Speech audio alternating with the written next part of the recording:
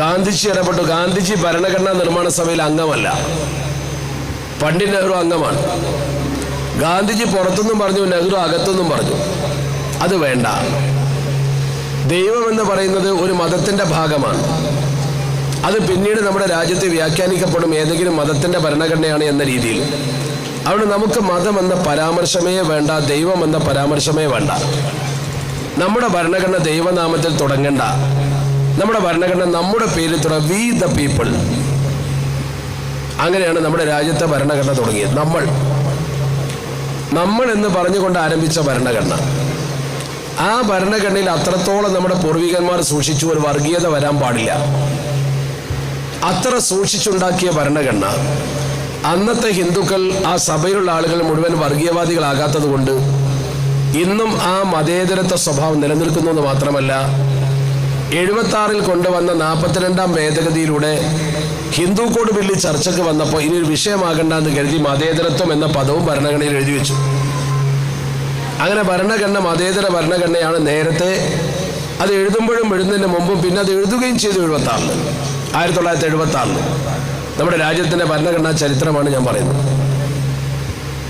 ഈ ഭരണഘടനയുമായി മുന്നോട്ട് പോകുന്ന രാജ്യത്ത് ഇപ്പോഴുണ്ടായ ഈ പ്രശ്നത്തിൻ്റെ അടിസ്ഥാനം എന്താണ്? ഈ അടിസ്ഥാനം ആണും പെണ്ണും ഒക്കെ മനസ്സിലാക്കണം. നമ്മുടെ രാജ്യത്തെ അതിർത്തി പ്രദേശമാണ് ആസാം. ആസാം എന്ന് പറയുന്ന പ്രദേശം വിശാലമായ സ്ഥലമായിരുന്നു പണ്ട്. ആ ആസാം എന്ന് പറയുന്ന പ്രദേശം ആദ്യം ഇന്ത്യയുടെ ഭാഗമല്ല. അത് ബ്രിട്ടീഷുകാർ 1882 ബ്രിട്ടീഷുകാർ ബർമ്മയിൽ നിന്ന് നീക്കിയിട്ട് ഇന്ത്യയിലേക്ക് ചേർത്തതാ. ഇതൊക്കെ ബ്രിട്ടീഷ് കോളനിയായിരുന്നു. അവർ സൗകര്യാർത്ഥം ആ പ്രദേശം ഇന്ത്യയോട് ചേർത്തു. അങ്ങനെ ഇന്ത്യയോട് ചേർത്ത് ആസാമിൽ നിന്ന് പിന്നെ മേഘാലയ പിരിഞ്ഞുപോയി, നാഗാലാൻഡ് പിരിഞ്ഞുപോയി, മിസോറാം പിരിഞ്ഞുപോയി. അങ്ങനെ ഈ സംസ്ഥാനങ്ങളൊക്കെ വേറിട്ട് പോയി. അതിൽ ഈ നാഗാലാൻഡ്, മിസോറാം പോലുള്ള രാജ്യങ്ങളിലൊക്കെ ഇന്നർ ലൈൻ പ്രദേശങ്ങളിലൊക്കെ ഇന്നർ ലൈൻ പെർമിറ്റ് ഉണ്ട്. ILP എന്ന് പറയും. എന്താണ് ILP എന്ന് പറഞ്ഞാൽ ആ പ്രദേശത്തേക്ക് കടക്കാനുള്ള പെർമിഷൻ. അപ്പം നിങ്ങൾക്ക് ഇവിടെ നിന്നും കർണാടകയിലേക്കോ തമിഴ്നാട്ടിലേക്കോ ബോംബെയിലേക്കോ ഡൽഹിയിലേക്കോ നാളെ പോകാൻ പ്രത്യേക പെർമിഷനൊന്നും വേണ്ടല്ലോ. നിങ്ങളൊരു ബസ് ടിക്കറ്റോ ഫ്ലൈറ്റ് ടിക്കറ്റോ ട്രെയിൻ ടിക്കറ്റോ എടുത്താൽ പോകാം, അവിടെ ചെന്നിറങ്ങാം, കാര്യം നടത്താൻ പോരാം. നേരെ മറിച്ച് നിങ്ങളെ സംബന്ധിച്ചിടത്തോളം അതിനേക്കാൾ നിങ്ങൾക്ക് താല്പര്യം നാഗാലാൻഡിലേക്ക് പോകാനാണെങ്കിൽ നാഗാലാൻഡിലേക്ക് നാളെ നേരം എടുത്താൽ നിങ്ങൾക്ക് പോകാൻ കഴിയില്ല. എന്താ കാരണം? അവിടെ നേരത്തെ ഒരു അപേക്ഷ കൊടുത്തൊരു പെർമിഷൻ വാങ്ങണം. ഇത്ര ദിവസം നിൽക്കാമെന്നതിൽ എഴുതിയിട്ടുണ്ടാകും, അത്രയും നിൽക്കാൻ പറ്റും. വിദേശത്തൊക്കെ പോകുന്ന പോലെ ഒരു പെർമിഷൻ വേണം.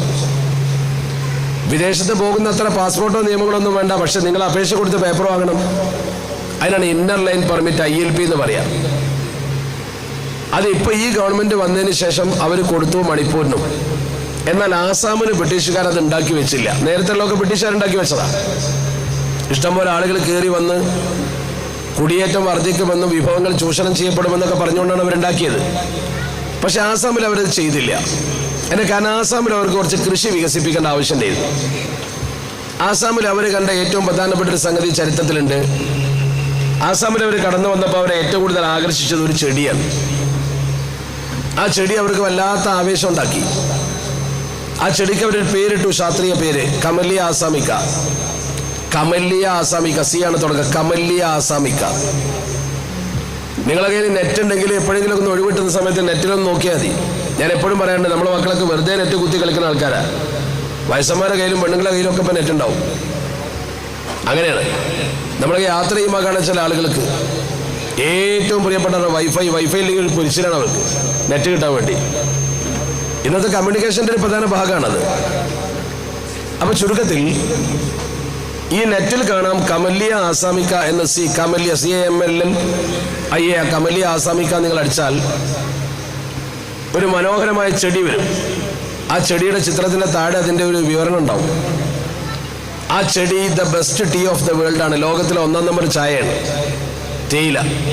ബ്രിട്ടീഷുകാർക്ക് ലോകം മുഴുവൻ കോളനി ഉണ്ട്, പക്ഷെ ഇത്ര നല്ല തേയില എവിടെയുണ്ടെന്ന് അവർ പറഞ്ഞിട്ടില്ല. ആ തേയില ചെടി അവിടെ വളർത്താൻ വേണ്ടി അവർ തൊഴിലാളികളെ കൊണ്ടുവന്നു. ഒരുപാട് കൃഷികൾ നടത്തി, ബംഗാളി മുസ്ലിങ്ങളെ ധാരാളം ഇറക്കി. അങ്ങനെ കുടിയേറ്റം വർദ്ധിച്ചു, കർഷകർ വർദ്ധിച്ചു. ഇപ്പം നമ്മുടെ നാട്ടിലെ ബംഗാളികൾ എങ്ങനെ? അതുപോലെ തന്നെ.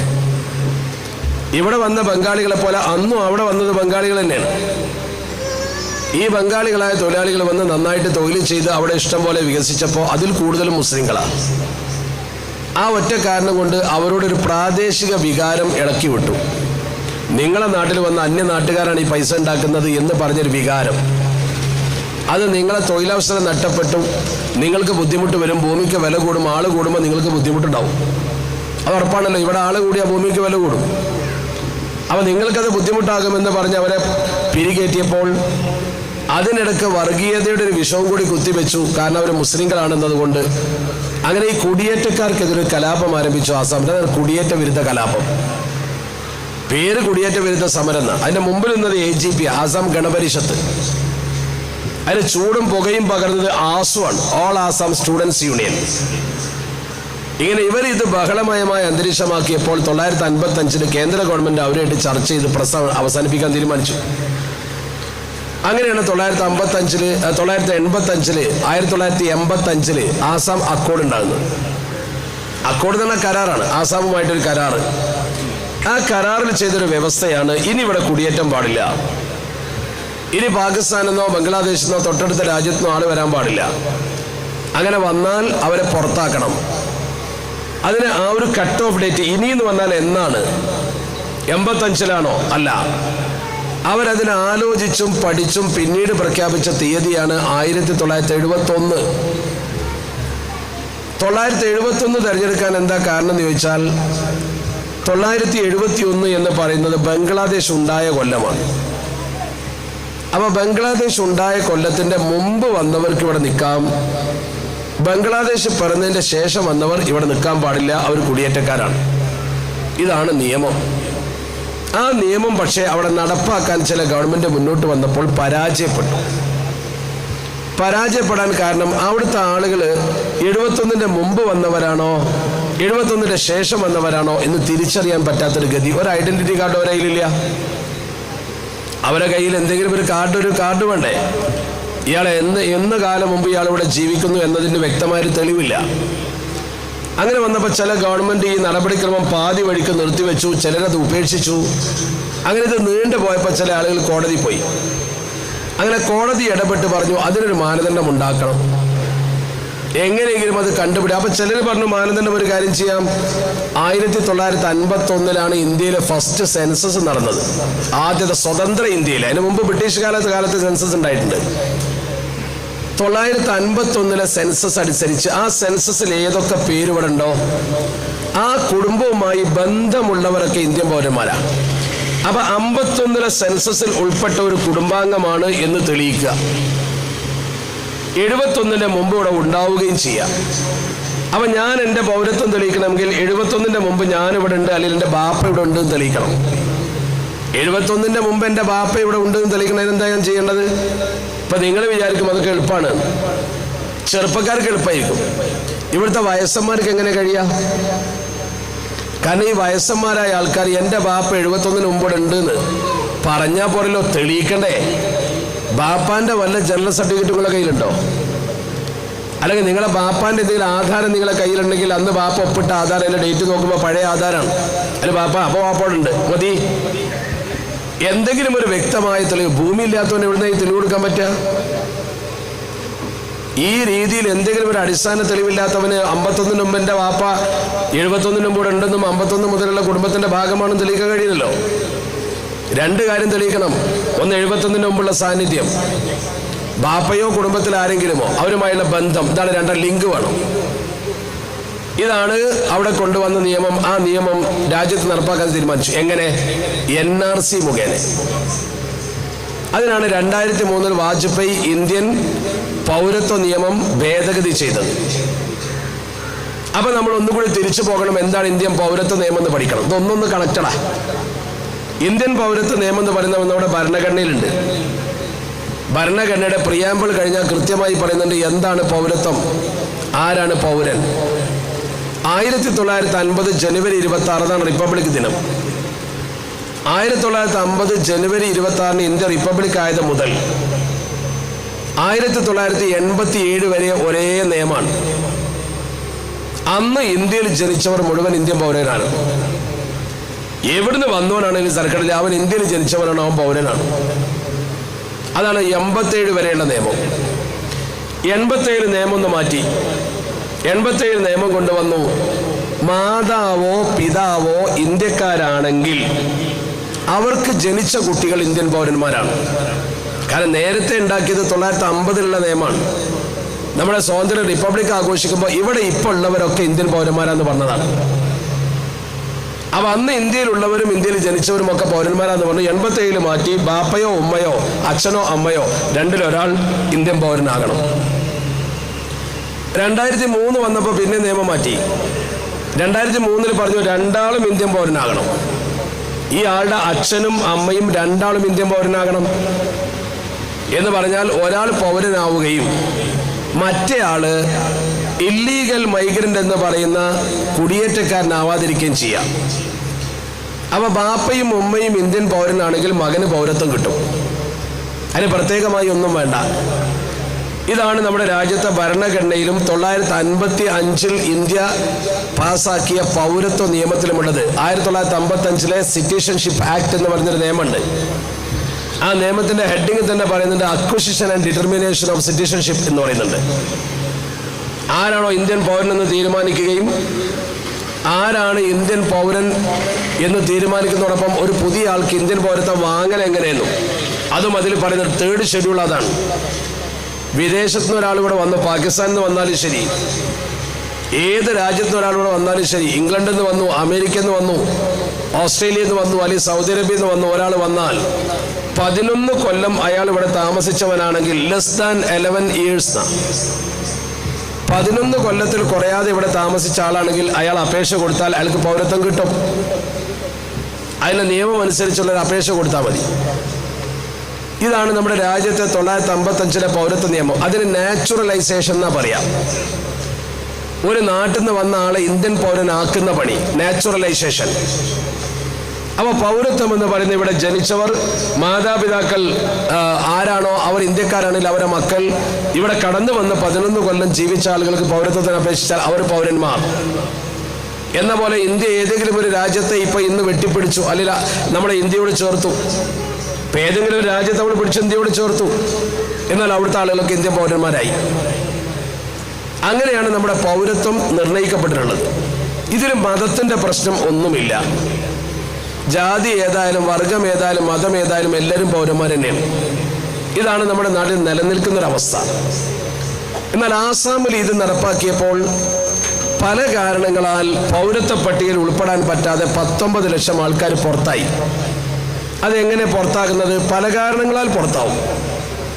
ഒരു കാരണം, ആസാമിലുള്ള ഒരാൾക്ക് എൻ്റെ പിതാവ് 1971 മുമ്പ് ഇവിടെ ഉണ്ടെന്ന് തെളിയിക്കാൻ പറ്റിയില്ല. കടലാസില്ല, സർട്ടിഫിക്കറ്റ് ഇല്ല. ഇനി 71 മുമ്പ് ഉണ്ടെന്നും 51 മുമ്പുള്ള കുടുംബവുമായി ബന്ധമുണ്ടെന്നും തെളിയിക്കാൻ പറ്റില്ല, അവൻ പുറത്താവും.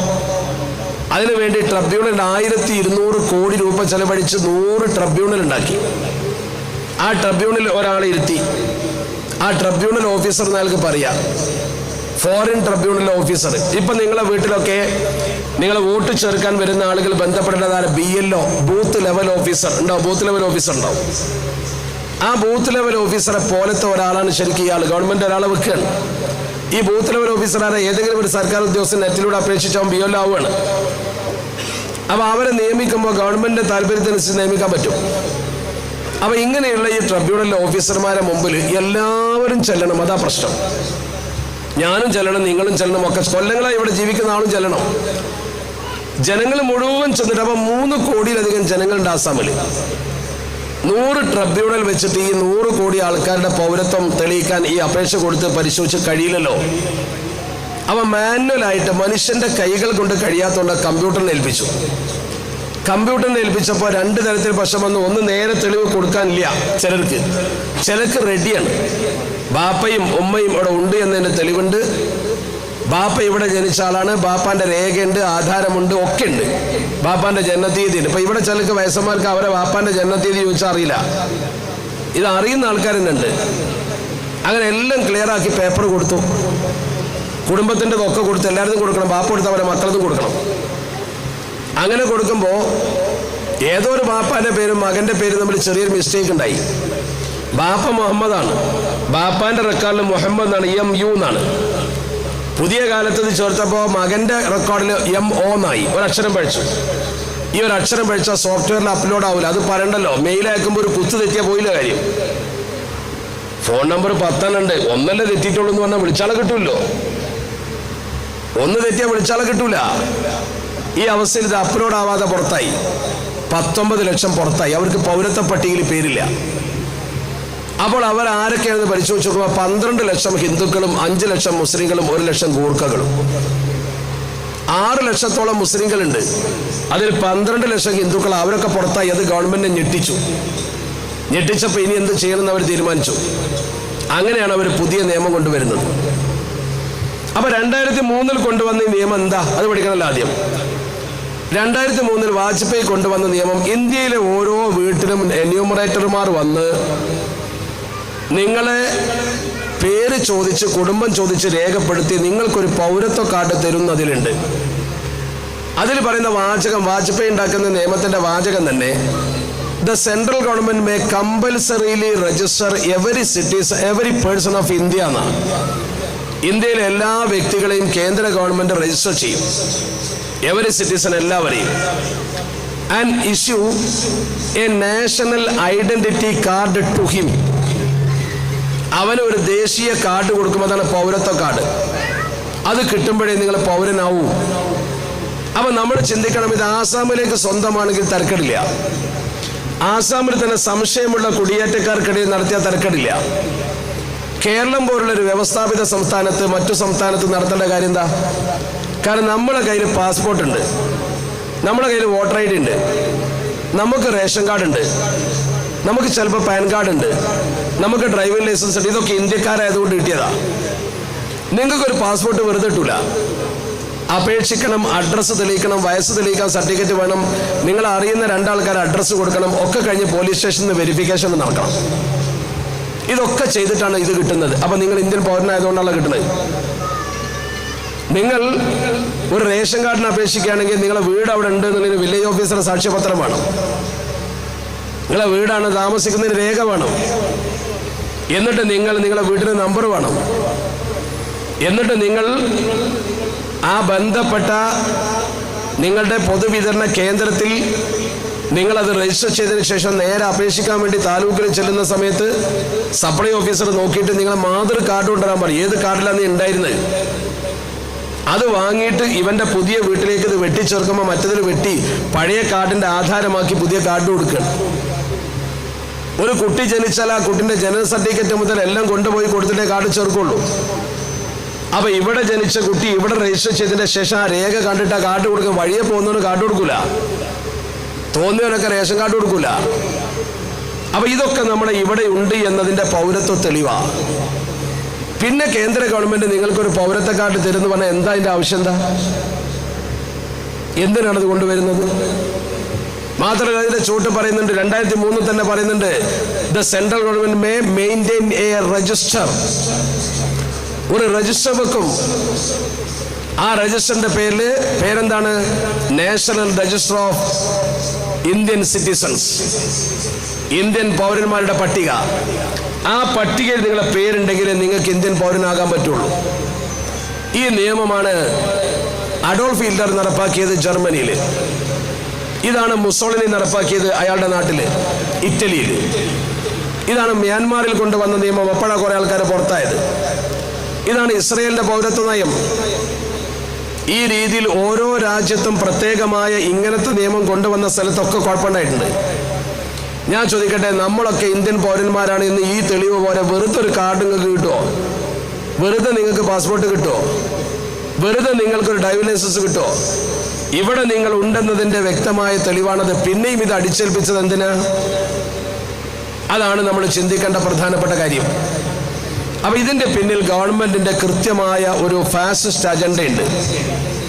ഞങ്ങൾ ഭരിക്കും, ഞങ്ങൾ പൗരത്വം തരും, ഞങ്ങളെ പട്ടികയിൽ നിങ്ങൾ ഉണ്ടെങ്കിൽ നിങ്ങൾ പൗരനാണ്, ഇല്ലെങ്കിൽ പൗരനല്ല.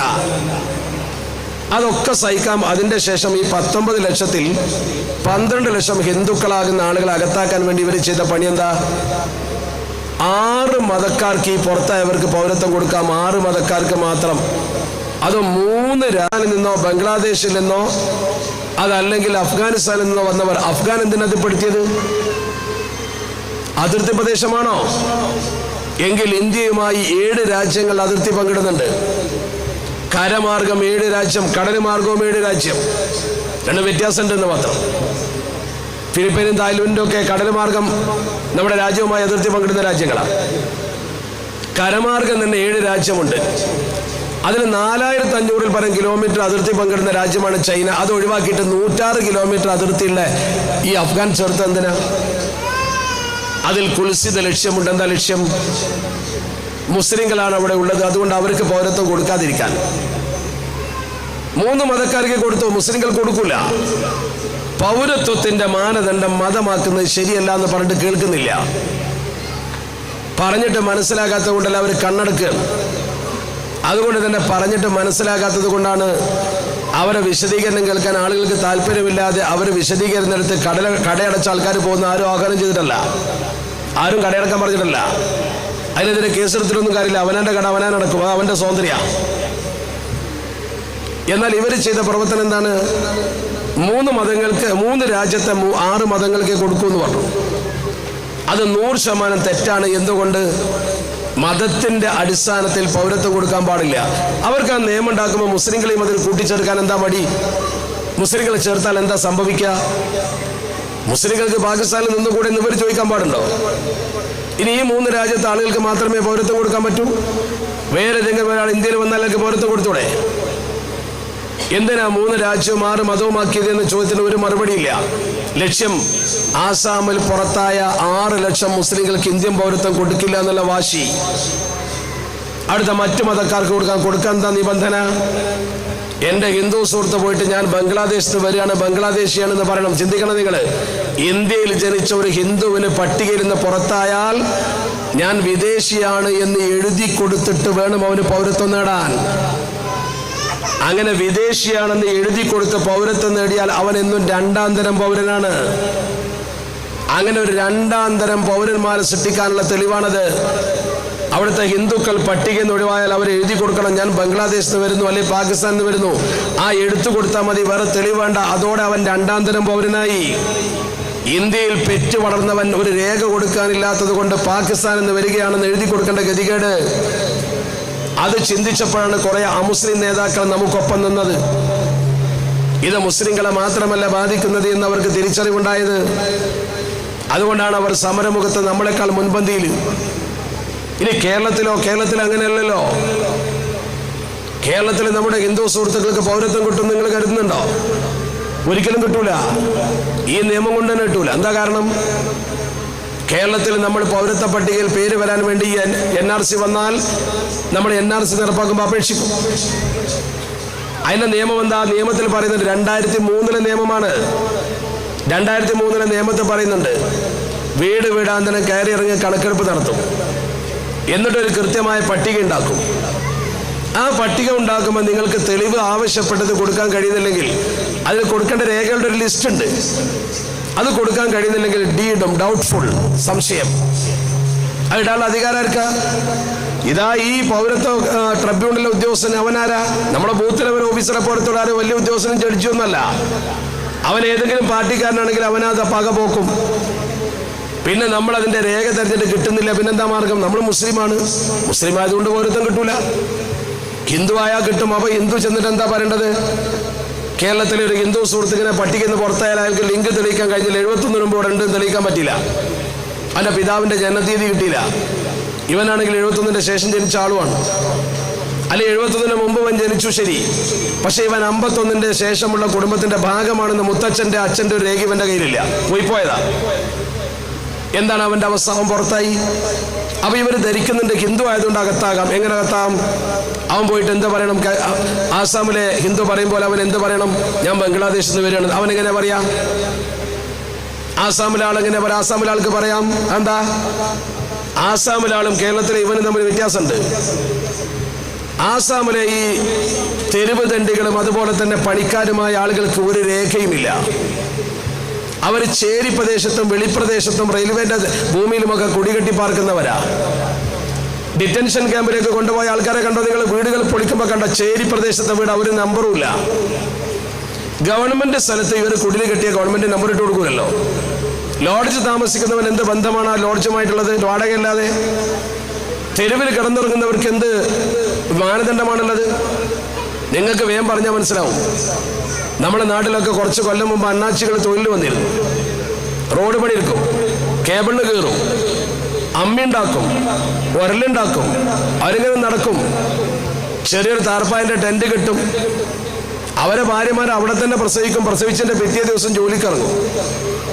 ഈ കുട്ടി പിന്നെ വളർന്ന് ചാടി കളിച്ച് ഇവനും കല്ല് പൊട്ടിച്ച് പഠിക്കും. ആ കുട്ടിയുടെ ബർത്ത് എവിടെയും രജിസ്റ്റർ ചെയ്തിട്ടില്ല. ആ കുട്ടി സ്കൂളിൽ പോയിട്ടുമില്ല. ആ കുട്ടിക്ക് വിദ്യാഭ്യാസം ഉണ്ടായിട്ടില്ല. ഇവർക്കത് വീടുമില്ല. പിന്നെ ഇവർ ഏത് രേഖയിലുള്ളത്? അവർ വന്നിട്ട് ട്രിബ്യൂണലിന്റെ മുമ്പിൽ ഞാൻ പാകിസ്ഥാനിൽ നിന്നോ ബംഗ്ലാദേശിൽ നിന്നോ അഫ്ഗാനിൽ നിന്ന് വരിക എന്ന് പറഞ്ഞാൽ കുഴപ്പമില്ല. കേരളത്തിൽ പുറത്തായ ഹിന്ദു സുഹൃത്ത് ചെയ്തിട്ട് പറഞ്ഞാൽ അവന്റെ വീട് അവിടെ ഉണ്ടാവും. വീടിന് നമ്പർ അടിച്ചിട്ടുണ്ട്. അത് പഞ്ചായത്ത് കൊണ്ടുവന്ന് അടിച്ചതാ. വീട് കയറ്റി അന്ന് മുതൽ നികുതി കൊടുക്കേണ്ടത് കൊല്ലത്തില്. ഈ വീടിന്റെ ആധാരമുണ്ട്, ആധാരത്തിന്റെ അടിയാധാരമുണ്ട്. അതിൽ ഇവന്റെ പേരുണ്ടാകും, പേര് ഒപ്പുണ്ടാവും. ഇവന്റെ കയ്യിൽ സ്കൂളിൽ പഠിച്ച സർട്ടിഫിക്കറ്റ് ഉണ്ടാവും. ഇവന്റെ കുട്ടി ഇവിടെ സ്കൂളിൽ പോകുന്നുണ്ടാവും. കാലങ്ങളായി പ്രക്രിയ ചെയ്ത മനുഷ്യൻ ഒരു സുപ്രഭാതത്തിൽ ചെന്നിട്ട് ഞാൻ പാകിസ്ഥാനിൽ നിന്ന് വരാൻ ആരാ സ്വീകരിക്കുക? അവനെതിരിലുള്ള ഒരുപാട് തെളിവുണ്ട്. അവൻ ഇന്ത്യക്കാരനാ. അതുകൊണ്ട് അവന് പൗരത്വ പട്ടികയിൽ കയറാൻ പറ്റൂല. മുസ്ലിം എങ്ങനെ പുറത്തു നിൽക്കുന്നു അതുപോലെ അവനും പുറത്തു നിൽക്കും. എന്താണ് പറഞ്ഞതിന്റെ അർത്ഥം? ഇതൊരു ക്രൈസിസ് ആണ്. എല്ലാവരെയും ഒരുപോലെ ബാധിക്കും. തെരുവ് ദണ്ഡികളായ വീടില്ലാത്ത ഒരു രേഖ ഇവിടെ ഇല്ലാത്ത ആൾക്ക് വേണമെങ്കിൽ പോയി പറയാം, ഞാൻ പാകിസ്ഥാനിൽ നിന്ന് വരുന്നു, ഞാൻ ബംഗ്ലാദേശിൽ നിന്ന് വരുന്നു. അല്ലാത്തവന് പറയാൻ പറ്റൂല. അവന്റെ വീട് അവിടെ അല്ലേ? അവന്റെ ആധാരം അവിടെ അല്ലേ? അവൻ വാങ്ങിയ വണ്ടി ഇവിടെ രജിസ്റ്റർ ചെയ്തിട്ടുണ്ടാവും. ഈ രേഖ കൊടുക്കാൻ സ്കൂട്ടർ മേലെ ചിലപ്പോൾ പോവാ. ആ വണ്ടി രജിസ്റ്റർ ചെയ്യാൻ അവൻ എല്ലാ ആധാരവും കൊടുത്തിട്ടുണ്ടാവും. അവന്റെ പേഴ്സണൽ ID തെളിയിക്കുന്നതൊക്കെ കൊടുത്തിട്ടുണ്ടാവും. പിന്നെ എങ്ങനെ ഇവനെ രജിസ്റ്റർ ഇവിടെ പാകിസ്ഥാൻകാരനാന്ന് പറഞ്ഞിട്ട് കഴിയില്ല. അപ്പൊ അതുകൊണ്ട് തന്നെ എന്റെ ശബ്ദം കേൾക്കുന്ന സ്ത്രീകൾ മനസ്സിലായിക്കോ, ഇവിടുന്ന് ഒരു കൂട്ടരും ഒറ്റയ്ക്ക് പോകേണ്ടി വരില്ല. ഈ നിയമം നടപ്പാക്കാനും കഴിയില്ല. ഈ നിയമം നടപ്പാക്കിയാൽ ഒട്ടനവധി പ്രശ്നങ്ങൾ ഇന്ത്യയിൽ ഉടലെടുക്കും. ഇവർക്കിത് ഇതുപോലെ നടപ്പാക്കാൻ കഴിയില്ല. അവരേതോ RSSന്റെ ഓഫീസിൽ നിന്ന് പറഞ്ഞു കൊടുത്തതുപോലെ നിയമം ഉണ്ടാക്കിയത് ഒരു പഴുതടച്ച നിയമമല്ല അത്. 30 കൊല്ലം ഇന്ത്യക്ക് സേവനം ചെയ്ത മുഹമ്മദ് സനാവുള്ളയെ ഇവർ കൊണ്ടുപോയി തടങ്കൽ പാളയത്തിലിട്ടു. കേസ് നടത്തിയാൽ പുറത്തേക്ക് പോകുന്നു. നിങ്ങൾ കണ്ടല്ലേ? 30 കൊല്ലം ഇന്ത്യൻ ഖജനാവിന്ന് ശമ്പളം വാങ്ങിയ ഒരാൾ വിദേശിയാന്ന് മുദ്രകുത്തി.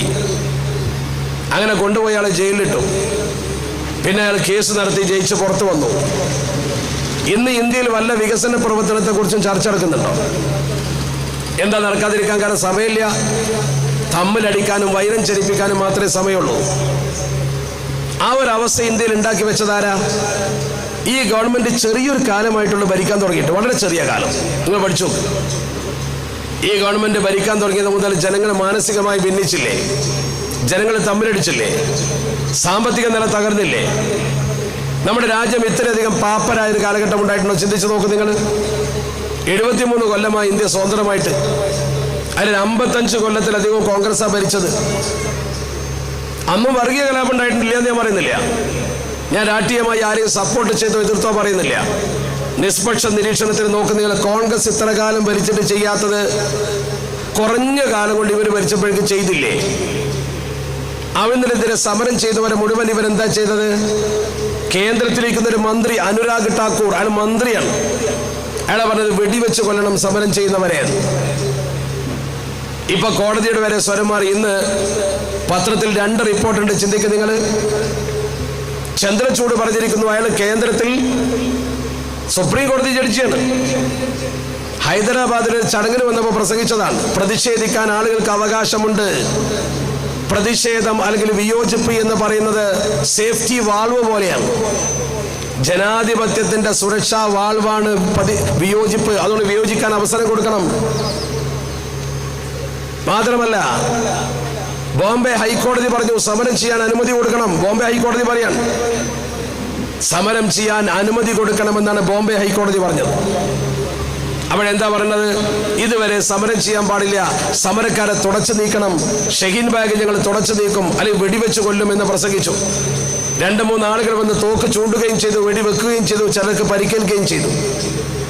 ഒരു നടപടി അവർക്കെതിരെ എടുത്തിട്ടില്ല. ഭ്രാന്തന്മാരാന്ന് പറഞ്ഞ് കളിക്കാന്നല്ലാതെ. ആ ഒരു അവസ്ഥയിൽ ആ ഷഹീൻ ബാഗ് നിൽക്കുന്ന സ്ഥലത്ത് ആ വൻ ഭൂരിപക്ഷത്തോടു കൂടി ആപ്പിന്റെ സ്ഥാനാർത്ഥി ജയിക്കുകയാണ്. ആം ആദ്മി പാർട്ടി ജയിച്ചു. 7 സീറ്റ് ലോക്സഭയിൽ BJP നേടിയ ആ ഒരു കണ്ടീഷനിൽ 70 നിയമസഭാ സീറ്റിൽ 62 സീറ്റും കെജ്രിവാൾ കൊണ്ടുപോയി. കോൺഗ്രസ് പോലെ തന്നെ ആ പ്രദേശത്ത് BJPക്ക് പിടിച്ചു നിൽക്കാൻ പറ്റാത്ത അവസ്ഥ വന്നു. അതിന്റെ കാരണം മറ്റൊന്നുമല്ല, BJPക്കാർ ചെയ്ത പ്രസംഗത്തിന്റെ ഫലമാണ്. ഡൽഹിയിലെ തെരഞ്ഞെടുപ്പ് ചെറിയ കളിയൊന്നായിരുന്നില്ല. എന്താ ഡൽഹിയിലെ തെരഞ്ഞെടുപ്പിന്റെ പ്രത്യേകത? ഇന്ത്യയിലെ ഒരു മണ്ഡലത്തിലും അങ്ങനെ തെരഞ്ഞെടുപ്പ് നടന്നിട്ടില്ല, ഒരിക്കലും നടന്നിട്ടില്ല. ഡൽഹിയിൽ നടന്ന തെരഞ്ഞെടുപ്പ് BJPക്ക് ജീവൽ മരണ പോരാട്ടം. എത്ര ധൈര്യത്തിൽ അവർ പറഞ്ഞത്, ഇത് ഇന്ത്യക്കാരും പാകിസ്ഥാന്റെ ചാരന്മാരും തമ്മിലുള്ള സമരമാണ്. ഈ തെരഞ്ഞെടുപ്പ് തെളിയിക്കും ആരാണ് ഇന്ത്യയെ സ്നേഹിക്കുന്നത്, ആരാണ് പാകിസ്ഥാനെ സ്നേഹിക്കുന്നത്. പാകിസ്ഥാൻ ചാരന്മാർ, പാകിസ്ഥാന്റെ ഏജന്റുമാർ അവരുടെ കയ്യിൽ നിന്ന് പണം വാങ്ങി ഷഹീൻ ബാഗിൽ സമരം നടത്തുമ്പോൾ ഇന്ത്യയെ ദ്രോഹിക്കുന്ന അവരെ തുടച്ചു നീക്കാൻ വോട്ട് BJPക്ക് ചെയ്യണമെന്നാണ് പറഞ്ഞത്. എന്തുണ്ടായത്? ജനങ്ങളൊക്കെ BJPക്കെതിരെ വോട്ട് ചെയ്തു.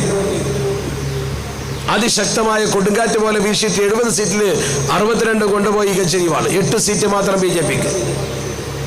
ആ തെരഞ്ഞെടുപ്പിൽ ഇന്ത്യ കണ്ട ഏറ്റവും വലിയ പ്രചരണം 200 MP-മാരാ പ്രചരണത്തിൽ വന്ന് 200 പാർലമെന്റ് MP-മാർ 200 MP-മാർ ഡൽഹിയിൽ ഇട്ടാവട്ടത്തിൽ 70 സീറ്റേ അവിടെ ഉള്ളൂ. കേരളത്തിൽ 150 സീറ്റുണ്ട്. അപ്പൊ കേരളത്തിന്റെ പകുതിയില്ല.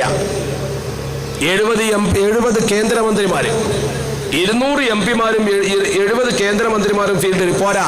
11 മുഖ്യമന്ത്രിമാർ, യോഗി ആദിത്യനാഥ് അടക്കം. അയാൾ പറഞ്ഞു, ഇവർക്കെതിരെ മുഴുവൻ കേസെടുക്കണം, ഇവരെ സ്വത്ത് കണ്ടുകെട്ടണം, വെടിവെച്ചിട്ട് ഒഴിവാക്കണം നോയിഡ റോഡ്. അയാൾ പറഞ്ഞു. പക്ഷെ ജനം തള്ളി എന്ന് മാത്രമല്ല, ഹിന്ദുക്കളും മുസ്ലിങ്ങളും കൈകോർത്ത് പിടിച്ചു. ഡൽഹിയിൽ സമരം അരങ്ങേറുമ്പോ മുസ്ലിങ്ങളിൽപ്പെട്ട ഡൽഹിയിലെ ഇമാമ് പറഞ്ഞു, നിങ്ങൾ സമരം ചെയ്യണ്ട. ജനങ്ങൾ പറഞ്ഞു, നിങ്ങൾ മാറി നിൽക്ക്. ഡൽഹി ഇമാമിനെ മാറ്റി നിർത്തി ചന്ദ്രശേഖർ ആസാദിനെ ഇമാമാക്കി മുസ്ലിങ്ങൾ പ്രകടനം നടത്തി. അതാണ് മതേതരത്വത്തിന്റെ ഏറ്റവും പ്രൗഢമായ ഭാഗം. അതുകൊണ്ട് എന്റെ ശബ്ദം കേൾക്കുന്ന സ്ത്രീകൾ ഒട്ടും ഭയപ്പെടണ്ട, നിങ്ങൾ ആരെയും പേടിക്കണ്ട. ഒരുത്തനും ഇവിടുന്ന് പോകേണ്ട ഒരു ഗതിയും ഇപ്പോഴുണ്ടായിട്ടില്ല. നിങ്ങളോട് ആരാ പോകുന്നതിനെ കുറിച്ച് ചിന്തിക്കാൻ പറഞ്ഞത്? നിങ്ങളെ വീട്ടിൽ NPR വരും.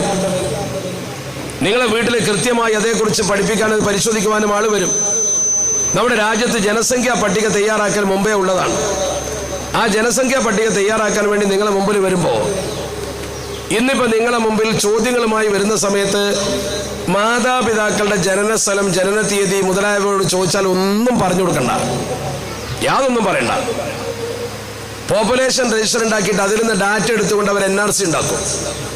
സെൻസസ് നടപ്പാക്കാൻ വന്നോട്ടെ, സെൻസസിനോട് സഹകരിക്കുക. ബാക്കിയുള്ള വിവരങ്ങൾ ചോദിക്കുമെങ്കിൽ നിസ്സഹകരിക്കുക. നിങ്ങളത് മാത്രം ചെയ്താൽ മതി, ഒരു ചുക്കും നിങ്ങൾക്ക് വരില്ല. കാരണം ഒരുപാട് സംസ്ഥാന ഗവൺമെന്റുകൾ ഇതിനെതിരാണ്. ഭരിക്കുന്ന പാർട്ടിയിലെ NDA അംഗങ്ങൾ എതിരാണ്. അവരൊക്കെ എതിരായി നിൽക്കുന്ന ഒരു പ്രത്യേക സാഹചര്യത്തിൽ ഇവർക്ക് അങ്ങനെ നിയമം നടപ്പാക്കാൻ കഴിയില്ല. ഇനി അവർ നടപ്പാക്കുകയാണെങ്കിലും ചിന്തിച്ചു, 1200 കോടിയാണ് അവർക്ക് ചെലവായത്. ഇന്ത്യയുടെ ഖജനാവിൽ നിന്ന് എടുത്തു കൊടുത്തത് ഒറ്റ ആസാമിൽ. നമ്മുടെ രാജ്യത്തിൻ്റെ ഒരു 3% വരില്ല.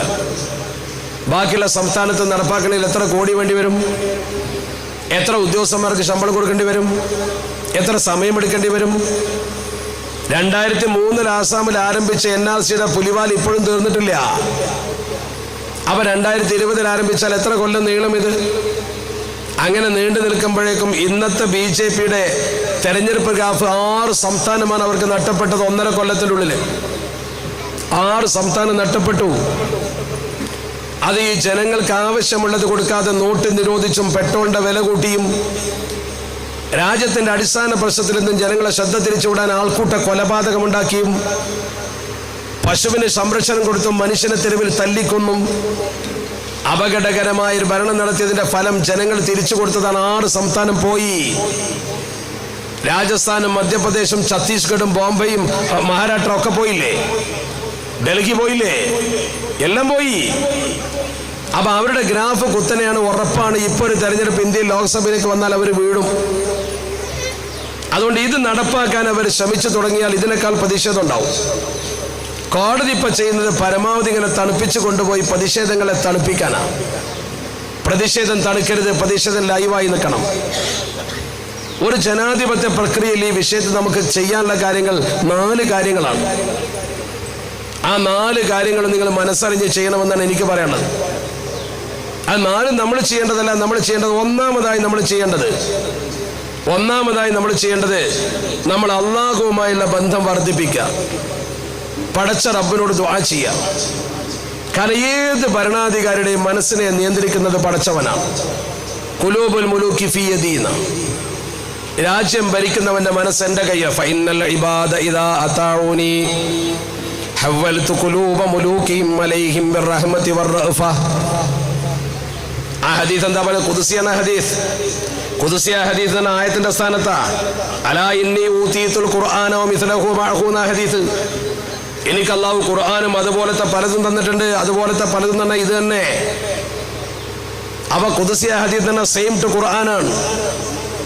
ഖുർആനിൽ പറഞ്ഞ പോലെ കണക്കാക്കിയാൽ മതി. അള്ളാഹു പറഞ്ഞതാ. എന്താ അള്ളാഹു പറഞ്ഞത്? അന മാലിക്കുൽ മുൽക്കി വ മലിക്കുൽ മുലൂക്ക്, ഞാനാണ് രാജാതിരാജൻ എന്ന് പറഞ്ഞാൽ എല്ലാ രാജാക്കന്മാരും മേലെ ഞാനാണ്. ഖുലൂബുൽ മുലൂകി ഫീ യദി, രാജ്യം ഭരിക്കുന്നവന്റെ മനസ്സെന്റെ കയ്യിലാണ്. ഫഇന്നൽ ഇബാദ ഇദാ അതാഊനി, എന്റെ അടിമകളാകുന്ന മുസ്ലിമീങ്ങൾ എന്നെ ശരിക്കനുസരിച്ചാൽ ഹവ്വൽതു, ഞാൻ തിരിച്ചുവിടും ഖുലൂബ മുലൂകിഹിം അലൈഹിം, അവരെ ഭരിക്കുന്ന ഭരണാധികാരിയുടെ മനസ്സിനെ ഞാൻ അവർക്ക് നേരെ തിരിച്ചുവിടും. ബിർറഹ്മതി വറഅഫതി, നല്ല സ്നേഹത്തിന്റെ കാരുണ്യത്തിന്റെ രൂപത്തിൽ. അപ്പൊ നമ്മൾ നല്ല മുസ്ലിമീങ്ങളായി ജീവിച്ചാൽ ഭരണാധികാരിക്ക് നമ്മളോട് നല്ല സ്നേഹം ഉണ്ടാവും. നമ്മളെ വെളിപ്പാടകല സാമൂതിരിപ്പാടിന് മുസ്ലിങ്ങളോട് നല്ല സ്നേഹമായിരുന്നു. കാരണം എന്താ? അന്നത്തെ മുസ്ലിങ്ങൾ കള്ളു കുടിക്കാത്ത, വൃത്തികേട് ചെയ്യാത്ത, കൃത്യമായി നിസ്കരിക്കുന്നവരായിരുന്നു. അതുകൊണ്ട് സാമൂതിരി പള്ളിക്ക് ഒരുപാട് സഹായം ചെയ്തു കൊടുത്തു. ചാലിയത്തെ പള്ളി പോർട്ടുഗീസുകാർ പൊളിച്ചു കൊണ്ടുപോയപ്പോൾ സാമൂതിരി തിരിച്ചു കെട്ടി തന്നു. നായർ പടയാളികൾ വന്ന് മുസ്ലിങ്ങളെ കൂടെ ചേർന്ന് നിന്നു. സാമൂതിരിപ്പാട് പള്ളികൾക്ക് പ്രത്യേക ഗ്രാൻഡ് കൊടുത്തു. മുസ്ലിങ്ങളോട് നല്ല മനസ്സ് പ്രകടിപ്പിച്ചു. അതാണ് സാമൂതിരിപ്പാട് മുസ്ലിങ്ങളെ സ്നേഹിക്കാൻ കാരണം. പള്ളിയിൽ പോകാത്ത മുസ്ലിമിന് ശിക്ഷ കൊടുക്കാൻ പള്ളിയിൽ നിന്ന് തീരുമാനിച്ചാൽ, ഇന്നിപ്പോൾ അത് പറ്റൂലല്ലോ. ഒരു പള്ളിക്ക് വരാത്ത മനുഷ്യന് മഹല്ലൊരു ശിക്ഷ വിധിച്ചാൽ സാമൂതിരിപ്പാടിന്റെ ദർബാറിൽ പരാതിയായിട്ട് ചെന്നാൽ അത് പള്ളിയാണ് തീരുമാനിക്കേണ്ടത്. അത് പള്ളിയിൽ പോയി പറയാന്ന് പറയും. കാര്യമാണത്. സാമൂതിരിപ്പാട് ഭരിക്കുന്ന കാലത്ത് മുസ്ലിമിന് അത്ര വലിയ പവറാണ്. അത് സാമൂതിരി നമ്മളെ സ്നേഹിച്ചതുകൊണ്ടാണ്. ആ സ്നേഹം മുസ്ലിങ്ങൾ അങ്ങോട്ട് തിരിച്ചു കൊടുത്തിട്ടുണ്ട്. അതേ അള്ളാഹു തന്നെ പറയുന്നു, ഫഇന്നൽ ഇബാദ ഇദാ അസൗനി, എന്റെ അടിമകൾ എന്നെ ധിക്കരിച്ചാൽ ഹവ്വൽതു ഖുലൂബ മുലൂകിഹിം അലൈഹിം ബിസ്സഖതതി വന്നിഖമ, കോപത്തിന്റെയും ദേഷ്യത്തിന്റെയും രൂപത്തിൽ ഭരണാധികാരിയുടെ മനസ്സ് ഞാൻ ആക്കി തീർക്കും. അള്ളാഹു പറയുന്നതായി അഷ്റഫുൽ ഖൽഖ് മുഹമ്മദ് മുസ്തഫ. മാത്രമല്ല അവിടെ പറഞ്ഞൊരു വാക്കിന്റെ ഹദീസിൽ ഫസാമൂഹും സുഅൽ അദാബ്. അതിന്റെ നേരർത്ഥം എന്താവട്ടെ, ഉദ്ദേശം എന്താ? ഭയങ്കര ഇടങ്ങറാവുങ്ങള്. ഞാനടക്കം അള്ളാഹിന്റെ ദീനിന്ന് വ്യതിചലിച്ച് വൃത്തികെട്ട രീതിയിൽ പട്ടിപ്പലിശ വാങ്ങി തമ്മിലടിച്ച്, നമ്മൾ കള്ളു കുടിച്ച്, നല്ല സമയത്ത് വൃത്തികേട് ചെയ്ത് അള്ളാഹ്ക്ക് തൃപ്തിയില്ലാത്ത പണിക്ക് പോയാൽ പടച്ചറബ് നമ്മുടെ തലക്ക് മീത ശിക്ഷയോട് ശിക്ഷ ഇറക്കും. അതിൽപ്പെട്ട ഒന്നാണ് ഭരണാധികാരിയെ നമുക്ക് എതിരാക്കൽ. സല്ലല്ലാഹു അലൈഹിം അദുവെന്ന് വേറെ ഹദീസിലുണ്ട്. നിങ്ങളെ ഭരിക്കുന്നവനെ, ഭരണാധികാരിയെ പടച്ചറബ് ശത്രുവാക്കും. നിങ്ങളും ഭരണാധികാരി നമ്മൾ എപ്പോഴും ഏറ്റുമുട്ടല. എന്താ അതിന്റെ കാരണം? നിങ്ങൾ മുസ്ലിങ്ങളല്ലാത്തതുകൊണ്ട്. എങ്ങനെ മുസ്ലിങ്ങൾ? നമ്മുടെ പഴയ കാരണന്മാരെ പോലത്തെ മുസ്ലിങ്ങളല്ല. പഴയ കാരണന്മാർ നിസ്കരിച്ചിരുന്നു, നോമ്പ് നോറ്റിരുന്നു, കൃത്യമായിട്ട് ദീൻ നടത്തിയിരുന്നു. ഇപ്പൊ നിസ്കാരമൊക്കെ ഉണ്ട്, പക്ഷെ ഒന്നാം സ്വപ്നം നിസ്കരിക്കാൻ വരുന്നു, കള്ളും കുടിക്കും, നിസ്കരിക്കും ചെയ്യും. അതാ പ്രശ്നം. ഏതാ പഠിച്ചു കൊടുക്കുക? അവിടെ പ്രശ്നം. പഠിച്ചോ ഇടങ്ങാറാവുമല്ലോ. കള്ളും കുടിക്കും, പിന്നെ നിസ്കരിക്കും ചെയ്യും. നല്ല മുബാറക്കായ സമയമാണ് ഇഷാ മഗ്‌രിബിന്റെ. ആ സമയത്താ ടർഫിൽ കളിക്കുക, ആ സമയത്താ കളിക്കുക. ഞാനൊക്കെ അന്തം വിട്ടുപോയി. കാരണം പാണക്കാട് സെയ്ദ് ഹൈദരലി ശിഹാബ് എല്ലാവരോടും നാരിയത്ത് സ്വലാത്ത് എല്ലാം പറഞ്ഞിരുന്നു. അതിൻ്റെ ഒരു ദുആ കഴിഞ്ഞ് 21-ാം തീയതി കേസെടുക്കുന്ന സമയത്ത് ദ്വാരക്കാൻ പറഞ്ഞിരുന്നു. സുബൈക്കാണ് ദ്വാരക്കാൻ പറഞ്ഞത്. സുബൈക്ക് എല്ലാവരും പള്ളിയിൽ ഒരുമിച്ച് കൂടി ദ്വാരക്കണ സമയത്തുണ്ട് ടർഫിൽ സുബൈക്ക് കളി. ഇവിടെ ദ്വാരക്കുക, ടർഫിൽ കളിക്കുക. എന്താ ഗതി? നമ്മളെ ചെറുപ്പക്കാർക്ക് ഒരു ബോധമല്ല.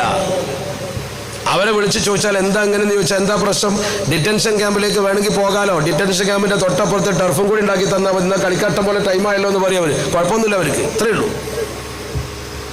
ആ ജാതി വൃത്തികെട്ട സമൂഹമായി നമ്മൾ മാറി. അപ്പൊ പടച്ചറബിന്റെ ശിക്ഷ തലക്ക് മീതെ അങ്ങനെ കെട്ടി നിൽക്കുകയാണ്. നമ്മുടെ പൂർവികർക്ക് ശിക്ഷ ഉണ്ടായിട്ടില്ല എന്ന് ഉണ്ടായിട്ടുണ്ട്, അവർ ജയിച്ചിട്ടുണ്ടല്ലോ.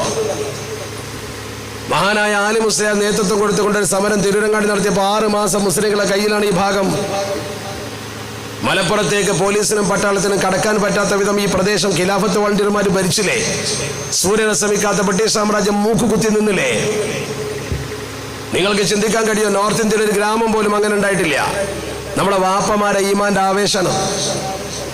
അപ്പോഴാണ് ഇന്ത്യ കണ്ട ബ്രിട്ടീഷ് പട്ടാളത്തിന്റെ 4-1 ഫറോക്ക് പാലത്തിന്റെയും കുറ്റിപ്പുറം പാലത്തിന്റെയും ഇപ്പുറത്ത് ക്യാമ്പ് ചെയ്തത്. അതുകൊണ്ടാണ് കോഴിച്ചനയിൽ പട്ടാള ക്യാമ്പ് ഉണ്ടായത്. അതുകൊണ്ടാണ് മലപ്പുറത്ത് MSP ഉണ്ടായത്. അതുകൊണ്ടാണ് ഇന്നത്തെ കലക്ടറേറ്റ് ആഗ്ബാരസായി പട്ടാള ക്യാമ്പായത്. അതുകൊണ്ടാണ് തൊട്ടപ്പുറത്ത് നിലമ്പൂരിൽ ക്യാമ്പ് ഉണ്ടായത്, പാണ്ടിക്കാട് ക്യാമ്പ് ഉണ്ടായത്, അരീക്കോട്ട് ക്യാമ്പ് ഉണ്ടായത്.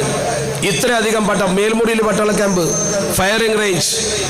ഇന്ത്യയിൽ അരിച്ചുപെറുക്ക് ഏറ്റവും കൂടുതൽ പ്രശ്നമുണ്ടായ കാശ്മീരിലോ പഞ്ചാബിലോ ഒരു ജില്ലന്റെ ഉള്ളിൽ ഇത്ര അടുത്ത് പട്ടാള ക്യാമ്പ് ഇന്ത്യയിൽ എവിടെ കാണിച്ചു തരും നിങ്ങള്? ഇന്ത്യയിൽ എവിടെയുമില്ല, ഒരു ജില്ലയിലും ഇത്ര അടുത്ത് പട്ടാള ക്യാമ്പ്. നമ്മുടെ ബാപ്പമാര് സമരം ചെയ്തപ്പോൾ അടിച്ചൊതുക്കാൻ ബ്രിട്ടീഷുകാർ കൊണ്ടുവന്നതാ. നമ്മുടെ ബാപ്പമാരെ നാട് കടത്താനും ചവിട്ടി ഓടിക്കാനും കൊണ്ടുവന്നതാ. നമ്മുടെ ഉപ്പമാരുടെ ഖബറിന്റെ സമീപത്ത് പോയി നോക്കിയാൽ പൗരത്വത്തിന്റെ തെളിവ് കിട്ടും. ഈ ഉമ്മത്തിന്റെ പൂർവികന്മാർ ഈ രാജ്യത്തിന് വേണ്ടി ചെയ്ത സേവനത്തിന്റെ മഹത്വം 1921 ഖിലാഫത്തിലും 1947 ഇന്ത്യ സ്വതന്ത്രമാകുമ്പോഴും നോർത്ത് ഇന്ത്യയിലും ഇവിടെയുമൊക്കെ നമ്മുടെ ഉപ്പാപ്പമാർ ചെയ്ത സമരത്തിന്റെ ജ്വാല ചെറുതൊന്നുമല്ല. ഒരാലി മുസ്ലിയാരെ പിടിക്കാൻ ഇന്ത്യ കണ്ട പ്രഗത്ഭരായ പട്ടാള ഓഫീസർമാർ മുഴുവനാ വന്നത്. ആലി മുസ്ലിയാരെ പിടിക്കാൻ നിവൃത്തിയില്ലാഞ്ഞിട്ട് Radcliffe, major Hope, Hitchcock, Aamu superintendent, colonel Humphrey 5 ഉദ്യോഗസ്ഥന്മാര്, ലീസ്റ്റൺ റെജിമെന്റ്, രജപുത്താന സേന, ലോക്കൽ പോലീസ്, ബ്രിട്ടീഷ് പട്ടാളം, റോയൽ ആർമി. ഇനി ആരാ വേണ്ടത്? ഇവരെ മുഴുവൻ വന്നിട്ടാണ് ആലി മുസ്ലിയാരെ കീഴടക്കാൻ തിരൂരങ്ങാടിയിൽ നിരന്നു നിന്നത്. ഇന്ത്യയിൽ ഒരാളെ പിടിക്കാനും അങ്ങനെ വന്നിട്ടില്ല. കോയമ്പത്തൂരിൽ മരണപ്പെട്ടുകൊണ്ട് ഖബറടക്കപ്പെട്ട ബഹുമാനപ്പെട്ട ആലി മുസ്ലിയാർ, ആലി മുസ്ലിയാരെ ഖബറിന്റെ സമീപത്ത് ചെന്നോ? അതാണ് ഈ ഉമ്മത്തിന്റെ പൗരത്വത്തിന്റെ അടയാളം. അത് ചോദ്യം ചെയ്യാൻ വരണ്ടെന്ന് പറയും. നിങ്ങൾ ആരെ പേടിക്കാനാ? ആരെ നിങ്ങൾ പേടിക്കണേ? എവിടേക്കാണ് നിങ്ങൾ പോണത്? ഒരാളും ഇവിടുന്ന് കുടിയൊഴിഞ്ഞു പോകേണ്ട ഗതി ഇന്ത്യയിലുണ്ടാവില്ല. നമുക്കൊപ്പം ശ്രദ്ധിക്കാൻ ഇന്ത്യയിലെ ഹിന്ദു സഹോദരങ്ങളെ നോക്ക് നിങ്ങൾ. അവർക്കറിയാം സത്യം എന്താണ്. ഇതറിയാത്തത് കുറച്ച് സംഘപരിവാറിന്റെ ആൾക്കാരുകൾ. അവരും വഴിയെ മനസ്സിലാക്കും, അവരും പിന്നീട് മനസ്സിലാക്കും. കാരണം എന്തുകൊണ്ട്? ചരിത്രം ശരിക്കും ഇന്ത്യയിൽ വിളിച്ചു പറയുന്ന ഒരു കാര്യം അതാണ്. നമ്മുടെ രാജ്യത്തെ ജനസമൂഹത്തിന്റെ ജീവിതക്രമം പരിശോധിക്കും. ഇവിടെ ഹിന്ദു മുസ്ലിം നമ്മുടെ അയലക്കത്തൊക്കെ നല്ല സ്നേഹത്തിലല്ലേ നമ്മൾ ജീവിക്കുന്നത്. അതിൻ്റെ ഇടയ്ക്ക് മണ്ണെണ്ണ ഒഴിച്ച് കത്തിക്കാൻ വരുന്നതിനാ? ഇന്ത്യ മഹാരാജ്യത്തെ ഹിന്ദുവും മുസ്ലിമും കൈകോർത്ത് പിടിച്ച പാരമ്പര്യം അവിടെ ഉള്ളത്. വിദേശികൾ ഈ നാട്ടിൽ ആദ്യം കാല് കുത്തിയപ്പോൾ എൻ്റെ പിന്നിൽ കുറെ ആലിമീങ്ങൾ ഇരിപ്പുണ്ടല്ലോ, അതുപോലത്തെ ആലിമീങ്ങളാണ് ആദ്യം സമരത്തിന് നേതൃത്വം കൊടുത്തത്. നമ്മുടെ രാജ്യത്ത് ആദ്യം കാല് കുത്തിയാൽ വാസ്കോഡിഗാമയാണ്. വാസ്കോഡിഗാമ വരുന്ന സമയത്ത് വാസ്കോഡിഗാമയെ തുരത്തണം എന്ന് പറഞ്ഞത് മഖ്ദൂമ തങ്ങളാ. പൊന്നാനിയിൽ നിന്ന് ആദ്യമായി മഖ്ദൂമ തങ്ങൾ എഴുതി തഹ്രീദ് അഹ്ലുൽ ഈമാനി അലാ ജിഹാദി അബദത്തി സുൽബാൻ. അതിന്റെ കോപ്പി പോലും ഇന്ന് കിട്ടാണ്ടാവില്ല. ഞാൻ തന്നെ സംഘടിപ്പിച്ചത് അതിൻ്റെ ഒരു ഫോട്ടോസ്റ്റാറ്റ് കോപ്പി ഒരു ലൈബ്രറിയിൽ നിന്നാണ്. അതിൽ മഖ്ദൂമ തങ്ങൾ ശരിക്കും എഴുതിയിട്ടുണ്ട്. ഈ ഉമ്മത്തിനോട് പറഞ്ഞിട്ടുണ്ട്, ഇതൊരു വലിയ സമരമാണ്, ഈ സമരത്തിലേക്ക് നിങ്ങൾ ഇറങ്ങണം. ഫയാ അഹ്ല ഇസ്ലാമിൻ വ ഉമ്മത അഹ്മദി ഹലുമ്മു ഇലാ ദൽ ജിഹാദി ബിഹിമ്മതി വ ഇൻ തുഹ്മിലു ഹാദൽ ജിഹാദ ഖസർതുമു ഇനാദാരി ദുനിയാ സുമ്മ ഉഖ്റാ ബിഹസ്റതി. ഈ സമരം നിങ്ങൾ ഒഴിവാക്കിയാൽ നിങ്ങൾക്ക് ഇവിടെ ജീവിക്കാൻ കഴിയാത്ത ഗതി വരും, പരലോകവും കിട്ടൂല. അതുകൊണ്ട് നിസ്സഹകരണം ഇന്ന് തുടങ്ങണം എന്നാ പറഞ്ഞത്. പോർട്ടുഗീസുകാരോട് നിങ്ങൾ സഹകരിക്കണ്ട, നിസ്സഹകരിക്കണം. വാളും കുന്തവും എടുത്ത് വെട്ടണം എന്നല്ല പറഞ്ഞ. അവരോട് സഹകരിക്കണ്ട, അവരെ നിയമം അനുസരിക്കണ്ട. വേണമെങ്കിൽ പള്ളിയോ മറ്റോ പൊളിക്കാൻ വന്നാൽ തടുക്കണം. മഖ്ദൂം അങ്ങനെ പറഞ്ഞത്. വലാ തജ്അലൂ ഇഫ്റൻ യാ ഖൗമി ഔലിയാ വഇൻ ഖിഫ്തുമൂ ഹൽകൻ വഫൗതാ തിജാറതി. കച്ചവടം പൊളിഞ്ഞാലും നിങ്ങൾ മരിച്ചാലും ശരി അവരോട് സഹകരിക്കാൻ പോണ്ട. ഇതാണ് നിസ്സഹകരണം. ഗാന്ധിജി നിസ്സഹകരണം പഠിക്കുന്നതിൻ്റെയും കേൾക്കുന്നതിൻ്റെ മുമ്പ് നിസ്സഹകരണത്തിന് വേണ്ടി കിതാബ് എഴുതിയ ആളാണ് പണ്ഡിത തറവാട്ടിലെ കേസരിയായ അബൂ യഹ്യ സൈനുദ്ദീൻ ബിൻ അലി റഹ്മഹുല്ല പൊന്നാനിയിൽ. അദ്ദേഹത്തിന്റെ മകന്റെ മകൻ പൗത്രൻ മുഹമ്മദുൽ ഗസാലി, രണ്ടാം മഖ്ദൂം ഷെയ്ഖ് അഹമ്മദ് സൈനുദ്ദീൻ എന്ന രണ്ടാം മഖ്ദൂം. ആ രണ്ടാം മഖ്ദൂമാണ് ഫത്ഹുൽ മുഈൻ എഴുതിയ രണ്ടാം മഖ്ദൂമാണ് തുഹ്ഫത്തുൽ മുജാഹിദീൻ എഴുതിയത്. ആ തുഹ്ഫത്തുൽ മുജാഹിദീൻ പകർത്തിയിട്ടാണ് ബഹുമാനപ്പെട്ട വില്യം ലോഗൻ മലബാർ മാനുവൽ എഴുതിയത്. അത് പകർത്താൻ പഠിപ്പിച്ചു കൊടുത്ത ആളാണ് ഇംഗ്ലീഷ് അറിയാവുന്ന, അറബി അറിയാവുന്ന വരക്കൽ സയ്യിദ് അബ്ദുറഹ്മാൻ ബാ അലവി മുല്ലക്കോയ തങ്ങൾ. ആലിമീങ്ങളാണ് ഇതൊക്കെ അവിടെ ചെയ്തിട്ടുള്ളത്. ബ്രിട്ടീഷുകാർ വന്നപ്പോൾ അതിനെതിരെ ആദ്യം ശബ്ദിച്ചത് ഉമർ ഖാദി തങ്ങളാ. ഉമർ ഖാദി പറഞ്ഞു ബ്രിട്ടീഷുകാർക്ക് നികുതി കൊടുക്കാൻ പാടില്ല. അതിൻ്റെ ഒപ്പം നിന്നാണ് വലിയുള്ളാഹി ഖുതുബുസ്സമാൻ മമ്പുറം സയ്യിദ് അലവി തങ്ങൾ മൗലദ്ദവീല ഖദ്ദസല്ലാഹു സിർറഹുൽ അസീസ് മമ്പുറത്ത് തങ്ങൾ പറഞ്ഞു ബ്രിട്ടീഷുകാരോട് സഹകരിക്കാൻ ഒരു പുസ്തകം എഴുതി, വലിയ കിതാബ്, ഫത്വയാണത് മുഴുവൻ. ആ ഫത്വ എന്ന് പറയുന്ന ഗ്രന്ഥം ഒന്നിച്ച് ക്രോഡീകരിച്ച് വലിയ കിതാബാക്കി. അതാണ് അസ്സൈഫുൽ ബത്താർ അലാ മൻ യുവാലിൽ കുഫാർ വയത്തഖിദുഹും മിൻ ദൂനില്ലാഹി വൽ മുഅ്മിനീന അൻസാർ. നീണ്ട പേരുള്ള വലിയ കിതാബ് സൈഫുൽ ബത്താർ നമ്മൾ പറയുള്ളൂ. മകനൊരു കിതാബ് എഴുതി. ആ മകൻ എഴുതിയ കിതാബിന്റെ പേരാണ് ഉദ്ദത്തുൽ ഉമറാഇ വൽ ഹുക്കാം ലിഇഹാനത്തിൽ കഫറത്തി വഅബദത്തിൽ അസ്നാം. ആ കിതാബ് ബ്രിട്ടീഷുകാർ കണ്ടുകെട്ടി. കനോലി സാഹിബ് നിരോധിച്ചു. കനോലി നിരോധിച്ചു. അത് ബ്രിട്ടീഷുകാർക്കെതിരെ നാട് കടത്താൻ ബ്രിട്ടീഷുകാരെ ഉത്തരവിട്ടതാണ്. ബ്രിട്ടീഷുകാർ ഇദ്ദേഹത്തെ നാട് കടത്താൻ ഉത്തരവിട്ടു. അദ്ദേഹം ഇവിടുന്ന് നാട് കടന്നുപോയി. മമ്പുറത്തെ തങ്ങളെ പ്രിയപ്പെട്ട മകൻ മമ്പുറത്ത് മറവിട്ട് കിടക്കേണ്ട ആളാ. ആ മനുഷ്യൻ ഇന്ന് കിടക്കുന്നത് ഇസ്തംബൂളിലാണ്. ഇസ്തംബൂളിൽ യൂറോപ്പിലും ഏഷ്യയിലുമായി കിടക്കുന്ന രാജ്യമുണ്ട്. ആ രാജ്യമാണ് തുർക്കി. യൂറോപ്പിലെ രോഗി എന്ന് പറയുന്ന തുർക്കി. ബോസ്ഫറസ് കടലിന്റെ തീരത്ത് അവിടുത്തെ റോയൽ രാജകീയമായ മക്ബറയിൽ നല്ല മനോഹരമായ വെളുത്ത മാർബിൾ വെച്ച് നല്ല മനോഹരമായി കെട്ടിപ്പൊക്കിയ ഫദ്ല് പാഷ എന്ന് എഴുതി വെച്ച ഫദ്ല് പാഷ. കാരണം തുർക്കിക്കാര് ബഹുമാനിച്ച പിന്നെ പാഷ എന്നാ പറയാ. സയ്യിദ് മൗലദ്ദവീല സയ്യിദ് ഫദ്ല് തങ്ങളെ ഖബറാണ് ഞാൻ കണ്ടിട്ടുണ്ട് നേരിട്ട്. അദ്ദേഹം അവിടെ പോയി മരണപ്പെടാൻ കാരണം നാട് കടത്തിയതുകൊണ്ടാണ്. ചിന്തിക്കണം നിങ്ങൾ. ആ നാട് കടത്തപ്പെട്ട മഹാന്മാരുടെ ചരിത്രത്തിൽ അന്തമാനിലൊന്ന് പോയി നോക്കൊരു ദിവസം. നമ്മുടെ ഉപ്പാപ്പമാരെ ജയിലിലിട്ട വലിയ ജയിൽ കാണും, സെല്ലുലാർ ജയിൽ. ആ ജയിലിൽ കിടന്നുകൊണ്ട് രാജ്യത്തേക്ക് ബ്രിട്ടീഷുകാരെ തടവിൽ നിന്ന് ഇറങ്ങാൻ വേണ്ടി 4 തവണയിലധികം മാപ്പെഴുതി കൊടുത്ത വി ഡി സവർക്കർ.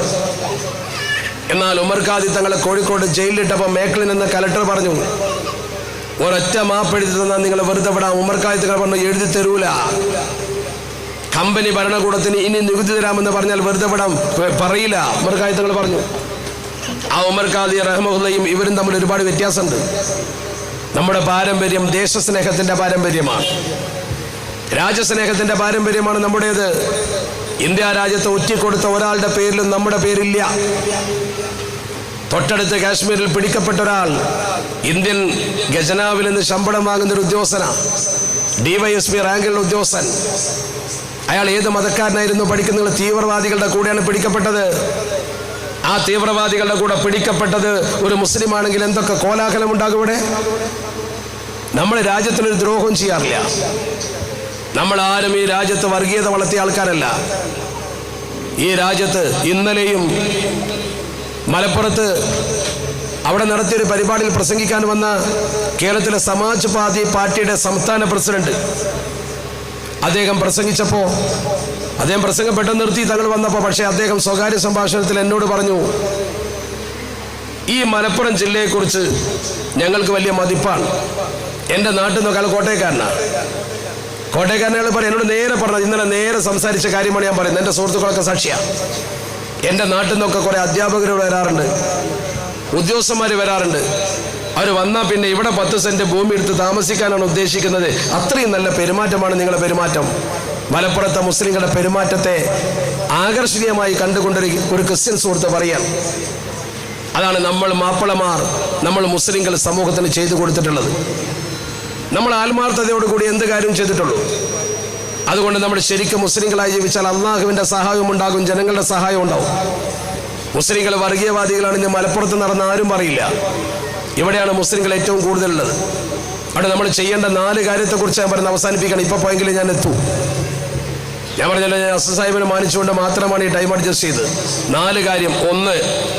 ഒന്നാണ് ഞാൻ പറഞ്ഞ, അള്ളാഹുവിനെ ഭയപ്പെട്ടുകൊണ്ട് മുസ്ലിമായി ജീവിക്കുക, പടച്ചവരോട് പരമാവധി ദ്വാരക്കുക. എൻ്റെ മഹലിൽ ഈ പ്രശ്നം വന്നപ്പോൾ ഞങ്ങൾ ചെയ്ത പണി എന്താണെന്നറിയോ?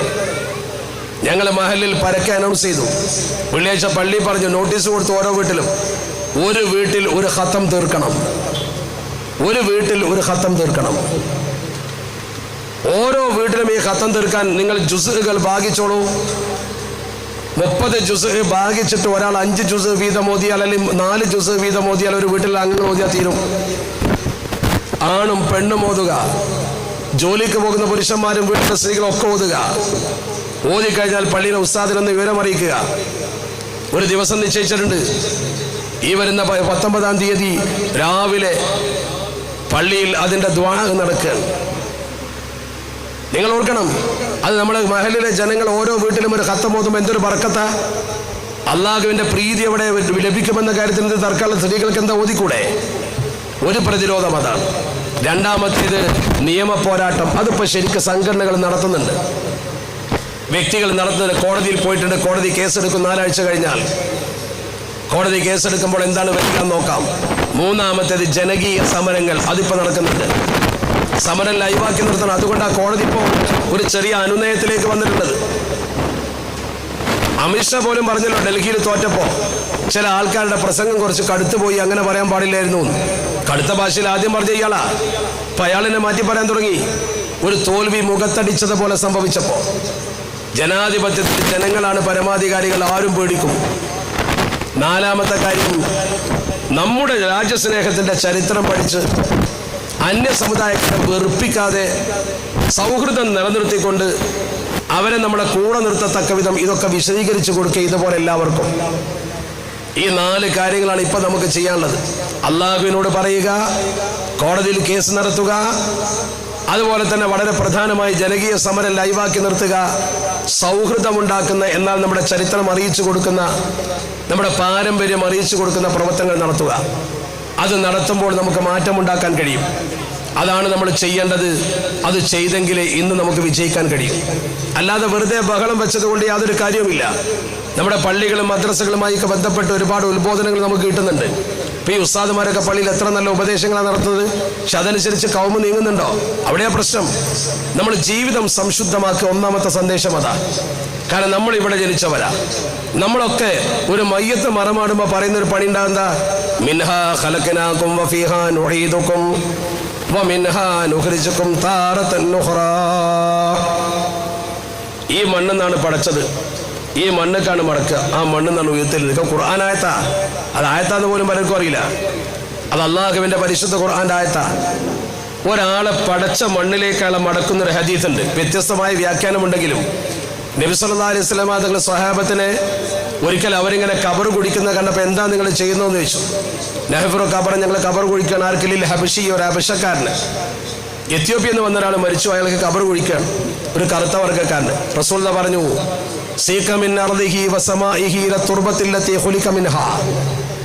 ഓന്റെ നാട്ടിൽ നിന്ന് ഓനെ പടച്ച മണ്ണൊക്കെ ഓനല്ല മടക്കി. ഈ ഹദീസിനെ വ്യാഖ്യാനിച്ചുകൊണ്ട് ചില പണ്ഡിതന്മാർ പറഞ്ഞിട്ടുണ്ട്, ഒരാളെ ഏത് മണ്ണിൽ നിന്നാണോ പടച്ചത്, ഭൂമിയിൽ ഏത് മണ്ണാണോ അതിന് ഉപയോഗിച്ചത്, ആ മണ്ണ് എവിടെ നിർത്തോ ആ മണ്ണിലേക്ക് പടച്ചിറപ്പ് മടക്കുന്നതാണ്. അങ്ങനെയാണ് പടച്ചിറപ്പ് ഉദ്ദേശിച്ചെങ്കിൽ നമ്മൾ ഇവിടെ ഉണ്ടാവും. ഒരു ഭരണാധികാരിക്കും നമ്മളെ പുറത്താക്കാൻ പറ്റൂല. അതല്ല, നമ്മൾ ഇവിടെ എല്ലാം മറമാടേണ്ടത്. വേറെ ദേശത്താണെങ്കിൽ ഹജ്ജിന് പോയി മരിക്കണില്ലേ, യാത്ര പോയി മരിക്കണില്ലേ, പല നാട്ടിലേക്കും പോയി മരിക്കുന്നില്ലേ? അതൊക്കെ കാണുന്നില്ലേ നിങ്ങൾ? അള്ളാന്റെ വിധിക്കപ്പുറം ഒരു ഗവൺമെന്റിന്റെ വിധി നടക്കൂല. നമ്മൾ ബഹുഭൂരിപക്ഷവും ഇവിടെ തന്നെ മരിച്ചു കിടക്കുന്ന എന്തുകൊണ്ടാ? മിക്കവാറും ആളുകൾ അവന്റെ ജന്മഭൂമിയിൽ തന്നെയാണ് മരിക്കുന്നത്. ഹദീസുകളും ഇസ്ലാമിക ചരിത്രങ്ങളും ഒക്കെ പരിശോധിച്ച് നോക്കും നിങ്ങൾ. അവിടെ മനസ്സിൽ ഉറച്ച് വിശ്വസിക്കുക, ഒരു പേടിയും പേടിക്കണ്ട. നമ്മുടെ പൂർവികന്മാർ ഈ രാജ്യത്തിന്റെ മോചനത്തിന് വേണ്ടി സമര രണാങ്കണത്തിൽ ജ്വലിച്ചു നിന്നിട്ടുണ്ടെങ്കിൽ, ആ മക്കൾ ആ സന്ദേശം ഉൾക്കൊണ്ടുകൊണ്ട് ജീവിക്കുന്നുവെങ്കിൽ, ഒരു ഫാസിസത്തിനും ഒരു നിയമത്തിനും ഇന്ത്യയിലെ മുസ്ലിം സമൂഹത്തെ ഇവിടുന്ന് പുറത്താക്കാൻ യാതൊരു കാരണവശാലും ഈ ഉമ്മത്ത് അനുവദിക്കുകയില്ല എന്ന് ആർജവത്തോടെ പറയണം നിങ്ങൾ. അതിന് പഠിക്കുകയും അള്ളാഹുവിന്റെ സഹായം തേടുകയും വേണം.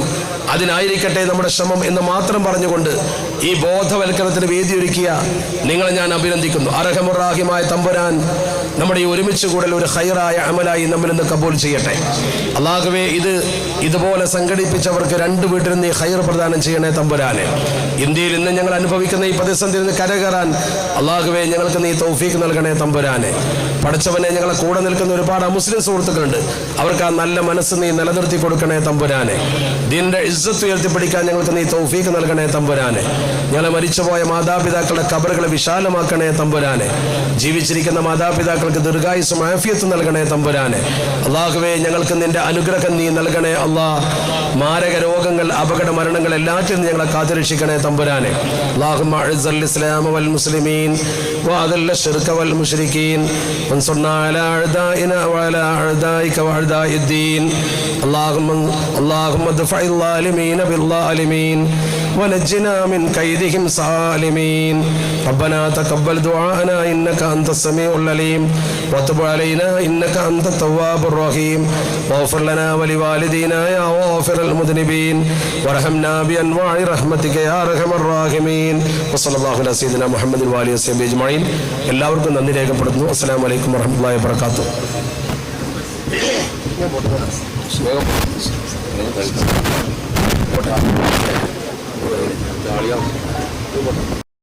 പ്രാദേശിക വാർത്തകൾ വേഗത്തിൽ അറിയാൻ ഈ ചാനൽ നിങ്ങൾ സബ്സ്ക്രൈബ് ചെയ്ത് ബെൽ ബട്ടൺ അമർത്തുക.